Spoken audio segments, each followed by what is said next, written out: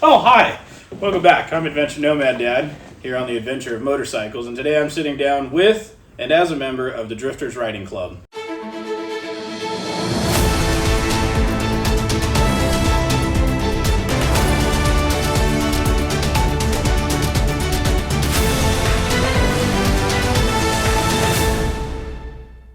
Welcome back. I'm Adventure Nomad Dad, and today I'm sitting down with a couple of the members of the Drifters Riding Club. Obviously, I'm a member too, and today we're going to talk about how it was founded, the dream, the goal, what we're trying to accomplish, and just kind of our journey so far. And with that, I want to introduce you to one of my longest riding friends and probably closest friend, Vice President Bullet of the Drifters. Hey. And so tell us, for you and everything, and kind of walk us through the start of the Drifters. Well, it was just a few of us. We wanted something different. It took us about 2 years to get off the ground. We had many meetings. I remember our first charter meeting, sat down with a bunch of people, and honestly, I thought that was going to be the end of it right there. And we sat down with people we love to ride with, people that are close friends, still close friends, but we got a lot of ego and attitudes about what we needed to have, requirements. The people who gatekeep the Yes. motorcycles. And that Look is for that in future episodes. that is not me. That is nothing I wanted to be part of. I love riding. I love my wind therapy. That's how I unwind. You know, And obviously a little background about you. I mean, you started on a Yamaha, moved to your Harley, and then you got involved with me and then grew up and got an adventure bike, just like most people. It's a natural progression that people learn upon meeting me. And so you started off on a Suzuki as well. Then you downgraded to the Africa Twin, but we don't hold it against you. Yeah, but whatever. how did so the Drifters, we wanted, like, kind of tell people why we went with the off-road. Like how did that transpire for us? Well, for us as a group, I think it was because it was different. It's what we like. For me, I don't like large groups of people. I'd rather be in the mountains. I'd rather be on a dirt road. And I wanted a group of like-minded people that were truly family-oriented. If your family is in trouble, I want people to rally around that. And you can count on people. The exposure I had to some other stuff, it was the club was first and the people seemed to be second. And I don't want that. The people are first. And then we have a mutual love of motorcycles and adventures, you know, going out and doing things you've never done, pushing yourself, you know. Destroying your bike and your body. Well, that's you. I've never dropped mine. That's going to change this summer. It's not if, it's when. Yeah. Well, it'll happen. What it does, I hope he's not there. Oh no. Well, I have to admit, you have an advantage us short guys don't. You can manhandle a bigger bike better than we can. Because I do have videos where you almost went down in snow. I should have went down a couple of times. Oh yeah, and the way you threw your leg down and saved yourself in that snow, he threw his back out for like the next week. But he didn't go down. My bike. And so the Drifters, you know, the whole thing is we are an AMA recognized club. We're all about bringing people, and I kind of look at it as we're a gateway for people wanting to get into the sport of adventure overlander motorcycles. You know, for me, when I first started, there was I had no friends that did it. And everything you read online that you were subject to about what not to do and not this and that, I found it was all BS. Following people's opinion online was probably the worst thing I ever did. And so the Drifters to me is like a gateway for people who want to get into the sport in a safe, protected environment to be able to go out to the BDR. Like, you don't know when you're new to it what GPS, where the BDR is, how to stay on it. You don't know what to expect. You don't know what's real because everyone's opinion online, they make it sound like you're about to go race the Dakar Rally. You know, that, oh my God, you better have this hugely modified bike that's, you know, capable of rock crawling. And you're like, I don't have that kind of money, and you don't need all that crap. And so the Drifters to me was really a starting point so you can come get into the sport with a bunch of other like-minded people and the safety in numbers like you've talked about. Yeah, that certainly was the call to me. You know, being a new motorcycle rider, you know, gaining my confidence on the road, but still having that overall goal to disperse camp, off-road ride, and you know, to run, to meet you guys or run into you guys, and then be able to have again in that safety in numbers, and then some experience and some background to what to expect, but you don't really know until you go do it. And I think, you know, really it's like they say even in motorcycling or riding with groups, you know, ride your ride. And if you ride your ride, you know, anyone can get out there and do it. And I'm definitely proof of that. I mean, Oh yeah. Go ahead. Bringing new people in, the first big ride you were on with us, we had a bunch of new people on that ride. It was fun in a lot of aspects to help people, and that was kind of the secondary when we were putting this together. That was expand the sport, get more people out there, more people understanding what we're doing. And adventure bike guys, we're all a little bit different. I mean, we have our own idiosyncrasies, but we teach, we learn. It's a lot of fun. We learn together. I mean, no one in this club is a professional. You know, I don't think anyone here thinks of themselves as a professional or the best. I think we're all still learning and getting better. I mean, we have a little bit of every level of rider. I mean, you're a damn good rider because of your quad experience, I think. And Drag is a great rider. dank nooners all day. Dank nooners all day. No, so this is actually a cool episode for me because I'm obviously interested in one of the newer full patch members. So you met up with everyone, you know, you started figuring out, like, you know, there was some conflict on where the club or the vision was to take it. So how did you get over that hurdle and then, you know, basically get to where we are today? That hurdle was very interesting. It actually shut down for about 6 months. I know I was very discouraged when we were out at that time. Plus, it was in the middle of riding season. So everybody was riding, everybody was busy. And the people that we rode with the most didn't want to make the jump to, the biggest one was Japanese bikes. There was to set some precursor to all that, you know, several of the people that we first sat down, because I think we sat down with, there was probably 10 of us, 10 or 12, 12 yeah. of us all met up, and it was like half of the crowd was from an MC together, and then they shared with 6 others who they were all in a club back in the day together, and then there was about 4 or 5 people who'd never been in a club. And so we all got together to talk about forming our own thing. And that's kind of when he got brought in, because he witnessed some of the old club, but he'd never been part of a club. And so when we all sat down and we kind of were on the same page of what we wanted, but there was that typical ego amongst some of the other guys. And they're great guys, I'm not dogging them, but what they were after is not what we envisioned. And that was the first time we met to talk about it. Yeah, the vision was just different. They wanted Harleys, Indians, and they wanted to go on the road, and we didn't. I know you didn't. I definitely didn't. I wanted to expand it more. I was definitely looking to try and do more of... So the whole reason I respect clubs and everything, you know, you think back, clubs were... I'm going to be 100% frank. There is thousands of clubs out there that all do the same thing, say the same thing.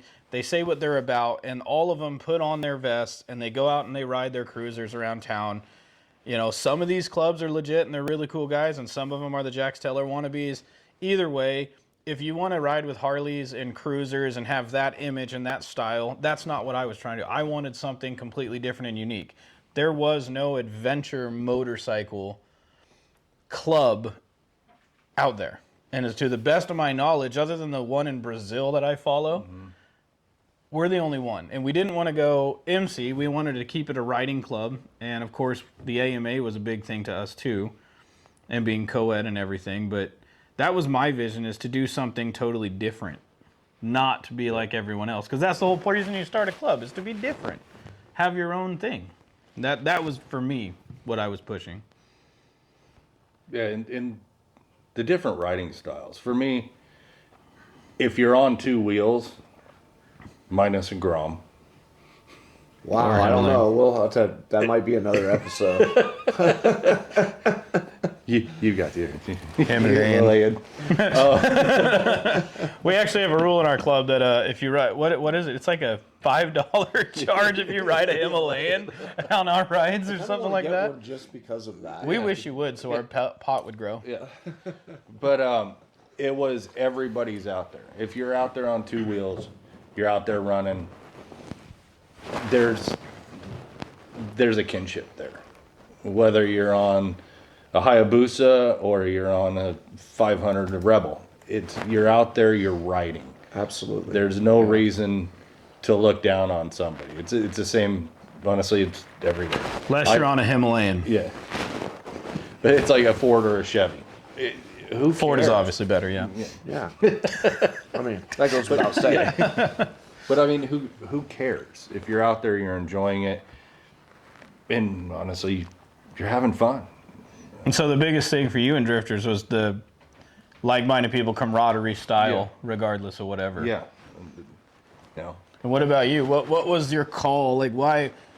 Because you had some experience. You've been invited out with other clubs and stuff. Why did the Drifters call to you? What was it about our club that you were like sinking your teeth into and chomping at the bit? Yeah, I think it was Other than obviously you had a Pan America at the time, and Right. I had a Pan America. That There was goes like without saying. that instant bonding. No, I would definitely say we had a bromance pretty quick. But no, it was kind of it was just so. It was like we natural. really fit together. Just we never made eye contact. Just so you know, the guy behind the camera is giving me the look of how much editing he's gonna have to do. And if you like this episode, leave a comment down below. Come to our OnlyFans. So no, it just checked all the boxes. It was a natural progression. You know, I was wanting to get out and ride more off-road, had zero experience. Everybody that I did ride with or knew that rode didn't ride off-road.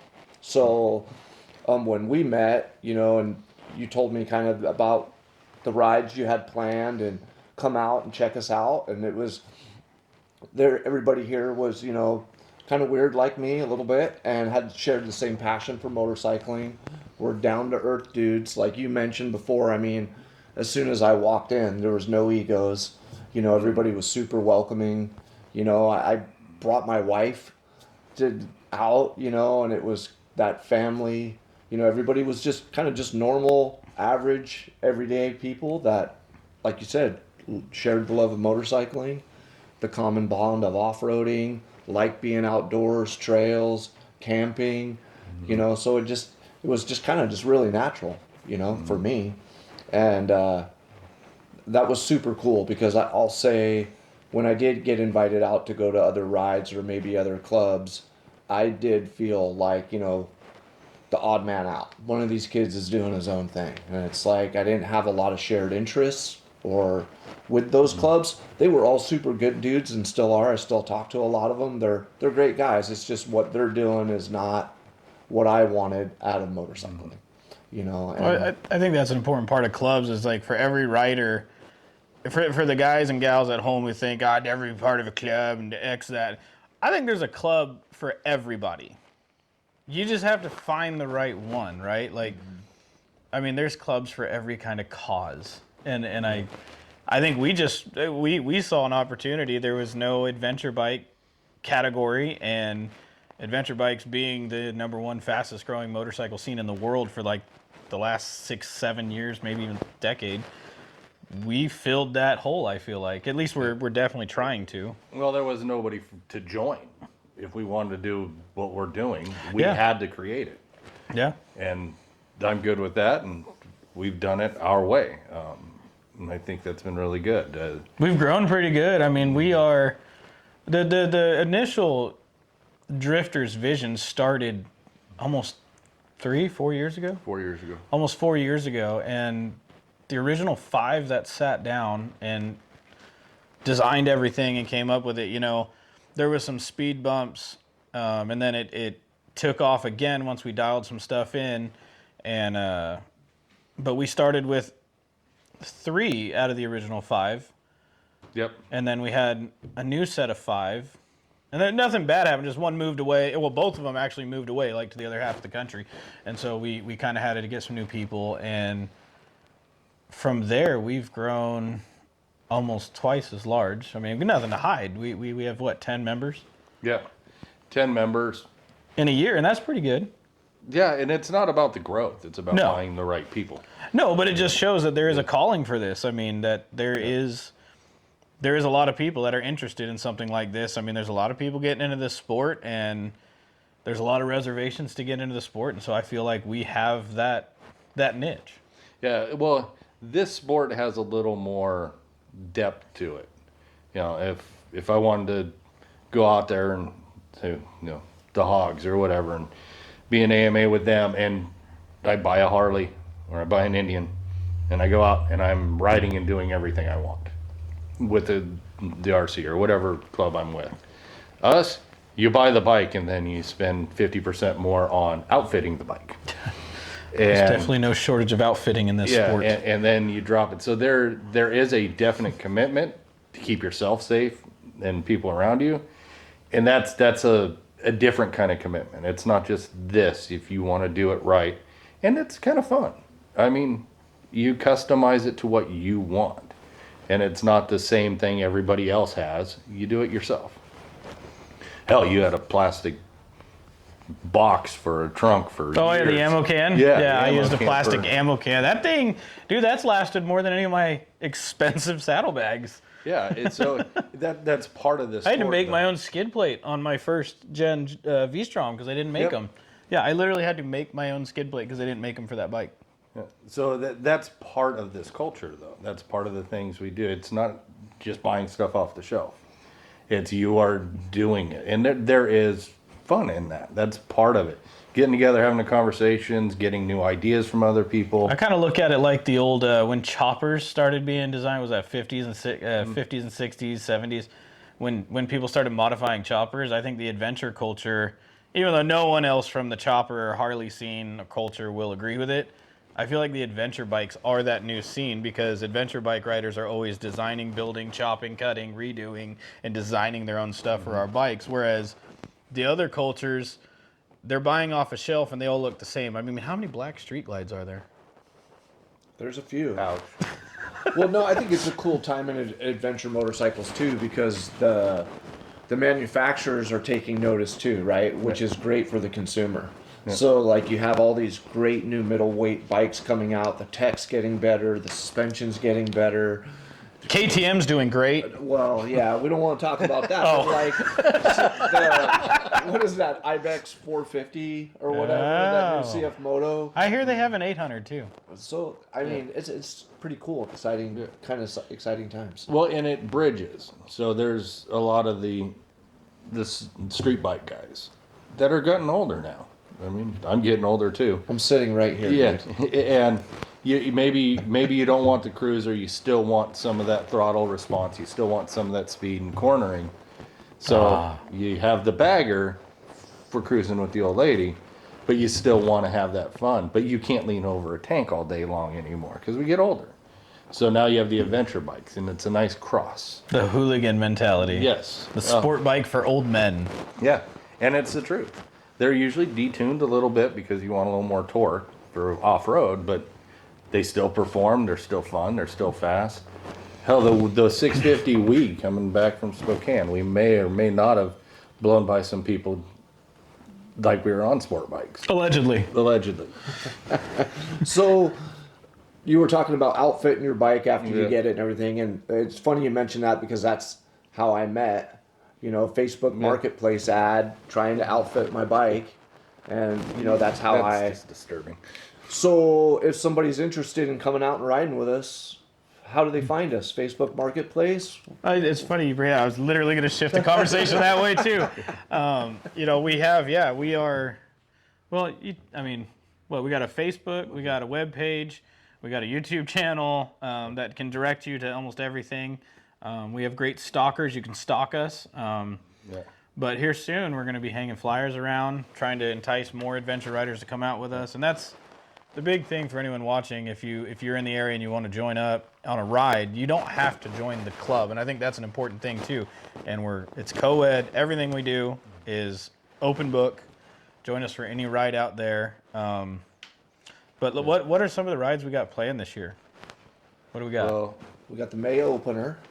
Yeah. in May? Yeah, we got the week-long endurance ride. Let me call it endurance ride because I'm just like, that's just a trip. Like, So it's all about perspective. It is for you perspective. and I. That is just a week-long ride. For You know what- most people, that is an endurance ride. What was the mileage in 7 days?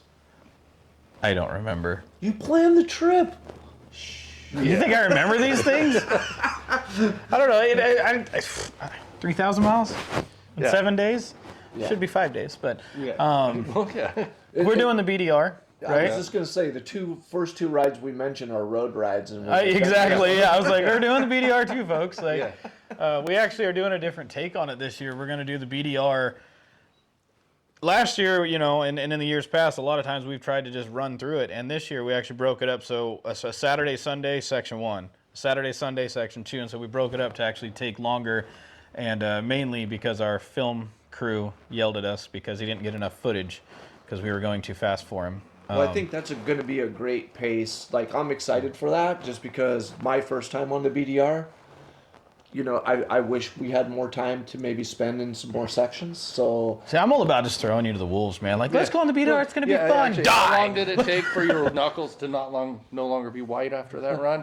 there were a lot of, there were a lot of different things. But yeah, I was right. The bike took me for a ride most of that BDR. I will say we did learn from Drag's first trip off-road on the BDR. The Pan Am suck Well, actually, the bike performed really well till you till it dropped broke. And even those stock tires, man. I did it Yeah. on the stock tires. Yes, Scorchers, which suck. but we don't intend to do that to brand new riders anymore. You did a Don't great believe 'em. job. Don't believe them. We actually were designing this trailer that is going to be towed through the BDR, and we're going to mount your bike to it. We're going to film you from like fairing up on the trailer to look really good. And Like a that's, Disney ride. No, yeah, the BDR this year will be a lot more slower paced, a lot more fun, a lot more time around the campfire. I think it'll be a fun year. A little more instruction for the newer riders too. Oh yeah, Some more time, after the episode we had, and we went from having 12 hours to get to our destination, we ended up with 4 because of the life light. That really hindered that last day, and we pushed people a little harder than I was comfortable with. But we had to get off the mountain. I thought it was a great progression to see a bunch of newer novice off-road riders taking their bikes and then attempting to fly. I thought that was really breaking barriers. I mean, watching, new BMWs launch in between ruts and take off up mountains, that was an amazing progression. We try to climb a tree. Yes, I think defying the laws of gravity is what we're all about here. Yeah, trying to drop into a pit, about 3 feet deep. It was deep. It was huge. Huge. It was huge. It was huge. You're going to love it. Beautiful ruts. And, It's the greatest bike ever. You're going to love it.